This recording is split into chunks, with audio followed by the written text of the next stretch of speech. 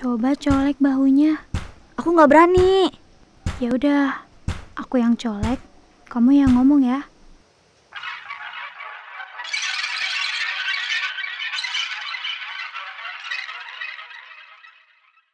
Inka, Dinda, kamu udah sembuh, Din? Emangnya aku sakit?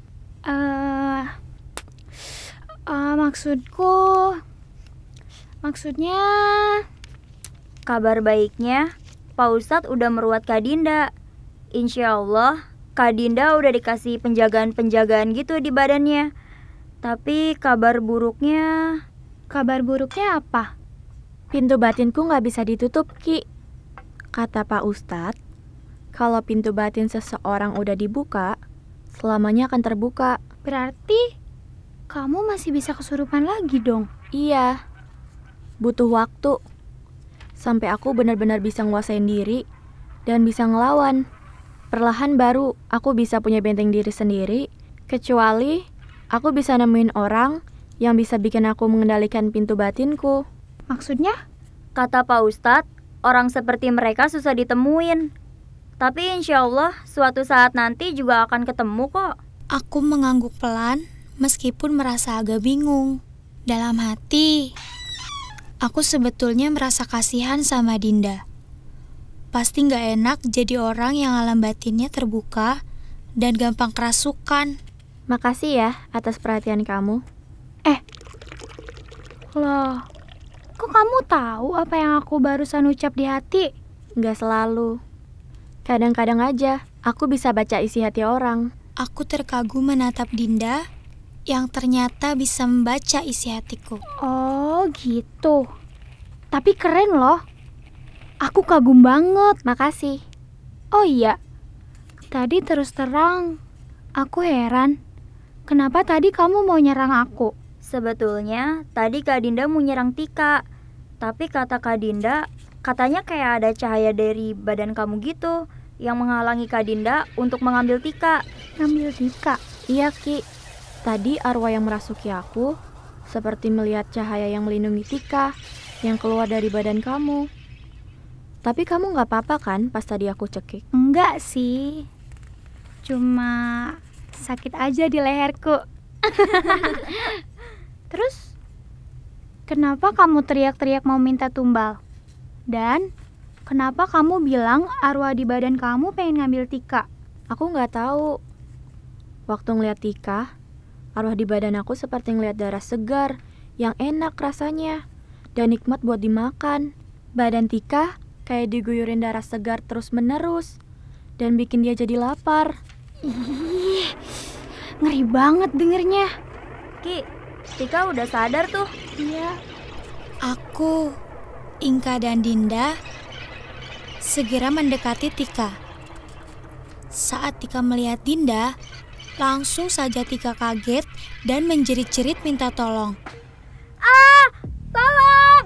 Tolong! Aku berusaha menenangkan Tika sekuat tenaga. Tika tenang, Tik. Dinda udah gak kesurupan. Gue takut, Ki. Gue takut. Oh, gak usah takut, Tika. Dinda udah gak kesurupan. Lo tenang aja. Iya, Tika. Gue udah gak kesurupan kok.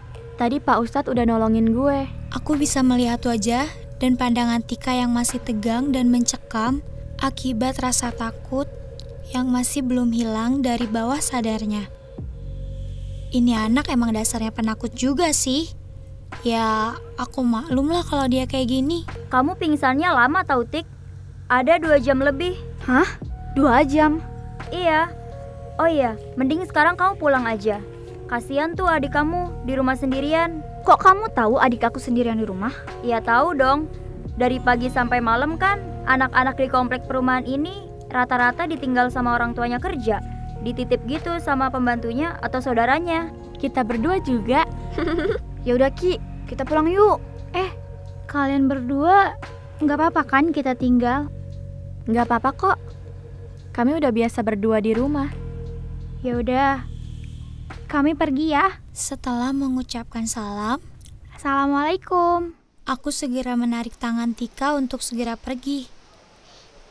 Wajah Tika masih kelihatan tegang dan takut. Apalagi saat menatap Dinda. Padahal Dinda tersenyum padanya. Kalau dipikir-pikir, omongan Inka bener banget ya. Rata-rata anak di perumahan ini kalau siang cuma dijagain sama pembantunya. Orang tuanya pada sibuk di kantor. Tapi aku heran sama orang tuanya Dinda. Apa orang tuanya nggak tahu kalau Dinda itu suka kesurupan? Pasti tahu dong. Makanya mereka milih Mbak Kus buat jadi pembantu di situ. Mbak Kus kan orangnya taat ibadah. Tapi kok Mbak Kus nggak bisa nolongin Dinda? Soalnya Mbak Kus keyakinannya kurang. Dan dia penakut kayak kamu. HP di kantong kamu bunyi tuh, Tik. Iya, sebentar aku lihat. Dari Tante Sus, sebentar ya. Halo Tante. Tika, yang kantor paket udah datang belum? Oh iya, Tika lupa Tante. Tadi si kurirnya nelpon, katanya mau datang. Mau datang jam berapa? Gak tahu deh Tante, soalnya tadi Tika lagi nontonin Dinda yang kesurupan. Kamu gimana sih? Kan Tante Sus udah pesen, jangan kemana-mana, jagain rumah aja. Ya udah, buruan pulang.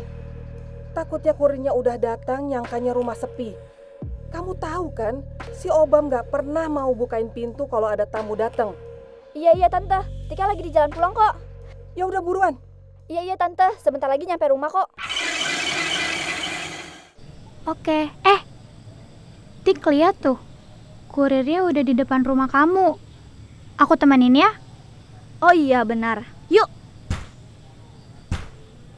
Kalau aku lihat-lihat, kok kurirnya aneh ya? Tangannya ngangkat buat ngetok pintu, tapi wajahnya nunduk ngeliatin tanah gitu. Iya ya, yuk deketin. Tik, coba colek bahunya. Maaf Mas, ngantar paket ya? Tika menatap aku dengan agak tegang dan bingung. Kalau aku perhatiin, orang ini aneh banget. Udah ditanya nggak jawab, tangannya terus aja ngetuk pintu. Irama ketukannya sama, bikin suasana jadi sedikit rasa seram. Tika beberapa kali melirik ke arahku, berharap agar aku memberinya saran. Coba colek bahunya. Aku nggak berani. Ya udah, aku yang colek, kamu yang ngomong ya. Aku tidak mencolek bahu orang itu, tapi memukulnya dengan pukulan kecil yang cepat beberapa kali. Orang itu seketika berhenti mengetuk pintu. Dengan suara gemetar, Tika bertanya padanya. Maaf Mas, Mas nganter paket? Orang itu lagi-lagi gak ngejawab juga. Dia malah membuka tas dan mengambil sesuatu dari tasnya. Sebuah bingkisan berbentuk kotak, lalu menyerahkan bingkisan ke Tika tanpa menoleh. Tika menerimanya dengan agak gemetar, seraya berbagi pandang ke arahku dengan bingung. Setelah Tika memegang bingkisan itu, orang itu langsung saja berbalik dan melangkah pergi tanpa berkata sepatah kata pun. Kami berdua berbagi pandang heran. Orangnya aneh banget, Ki. Iya, mungkin dia kesel karena kelamaan nunggu di depan rumah. Apalagi si Obam, cuek aja di dalam. Obam itu mau ada tsunami di depan rumah, dia gak bakal peduli. bisa jadi. Aku menatap paket di tangan Tika. Paketnya berat ya, Tik? Iya, berat. Kayak ada lembek-lembek cairan gitu. Aku membolak-balik paket sambil menekan-nekan bagian yang dia bilang lembek seperti cairan. Karena Tika memencet agak keras, mendadak cairan yang dia pegang muncrat dan lalu tumpah keluar. Tika dan aku menjerit kaget. Tika terpana melihat cairan air yang tumpah. Seketika itu dia membuang paketnya. Kok dibuang, Tik? Paketnya berdarah. Berdarah dari mana? Itu kan cuma cairan biasa. Darah, Ki, darah. Aku agak bingung mendengar ucapan Tika. Darah dari mana? Ya aku lihat cuma cairan bening biasa. Kamu tuh ada-ada aja, Tik. Paket itu nggak ada darahnya. Dah, cepetan kamu bawa masuk paketnya. Nggak mau. Aku nggak berani pegang darah.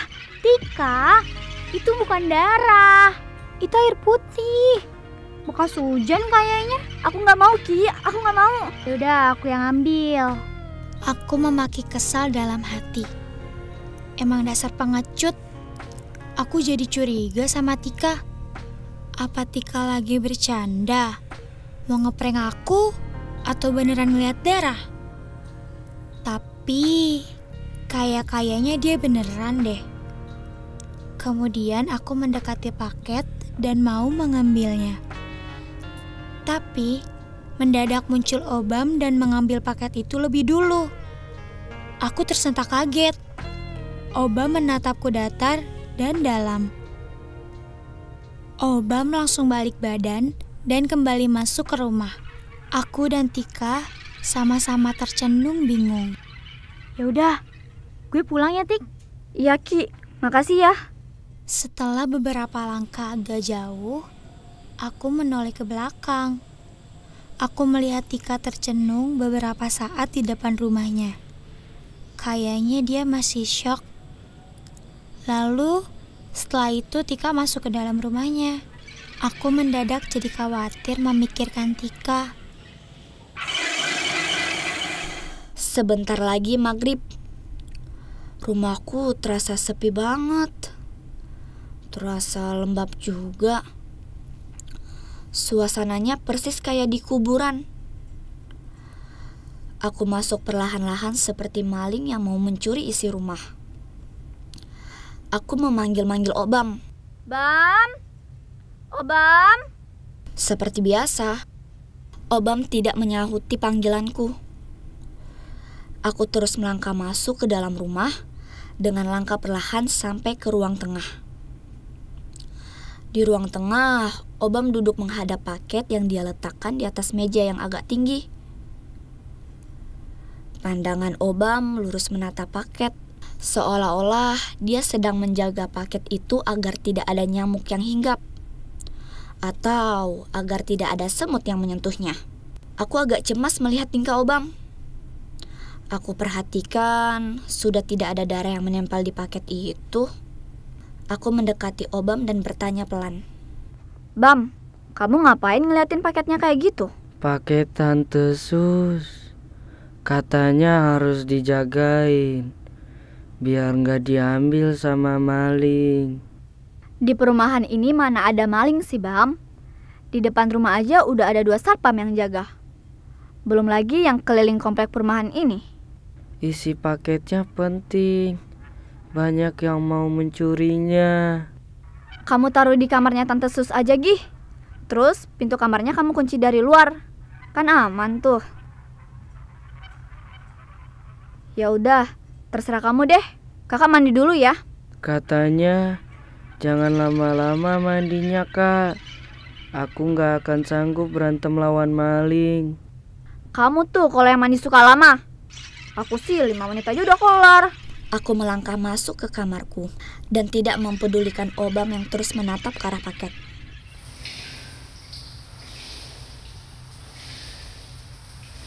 Aku baru saja sampai rumah, mencuci muka dan mengelap wajahku pakai handuk. Saat itu HP-ku berdering dari nomor yang gak aku kenal. Dari speaker HP terdengar suara seorang gadis yang gemetar. Ki, tolongin aku, Ki. Maaf, ini siapa ya? Aku Inka, Ki. Kamu bisa datang ke rumah nggak? Ke rumah kamu? Tapi aku baru aja sampai rumah. Emang kamu kenapa, Inka? Kak Dinda, Ki. Kak Dinda belum lama ketiduran. Tahu-tahu badannya bergetar nggak berhenti-berhenti. Mulutnya ngomong sesuatu yang aneh. Aku juga nggak ngerti. Gimana ya? Aku jadi bingung nih. Gini aja, aku ganti baju sebentar, terus aku langsung ke sana deh. Cepet ya, Ki. Soalnya aku cuma sendirian di sini. Simbanya udah pergi barusan. Iya. Sebentar, nanti aku ke sana. Aku mematikan HP dan celingukan bingung. Kok Perasaan hari ini banyak kejadian yang aneh ya.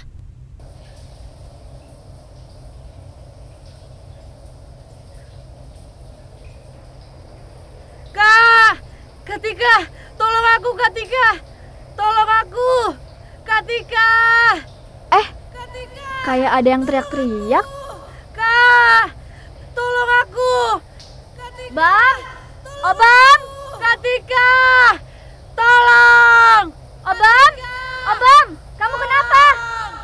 Katika, tolong aku. Mendengar teriakan Obam, seketika wajahnya kaget dan tegang. Aku jadi teringat ucapan Obam tentang maling yang mau mencuri paket. Jangan-jangan omongan Obam benar. Aku buru-buru membungkus diriku pakai handuk dan berlari keluar kamar mandi. Sesampainya di ruang tengah, aku sangat terkejut melihat Obam sudah tergeletak di lantai. Aku menjerit memanggil Obam. Bam, Obam, kamu kenapa, Bam? Paketnya dicuri, Kak. Dicuri siapa, Bam? Katanya gak tahu siapa mereka. Katanya mereka bakal balik lagi ke sini. Aku jadi bingung dan gak tahu harus bicara apa lagi. Tapi kamu gak apa-apa kan? Obam tidak menjawab pertanyaanku. Dia malah mengatakan hal yang lain. Kakak jangan kemana-mana. Jagain Obam. Obam takut diambil pencuri. Kakak salinan dulu sebentar. Kamu baringan dulu ya di sofa. Nanti kakak balik lagi kemari. Aku mengangkat tubuh Obam dan membantunya berbaring di sofa. Kakak jangan kemana-mana. Sebentar. Kakak mau salinan sebentar aja.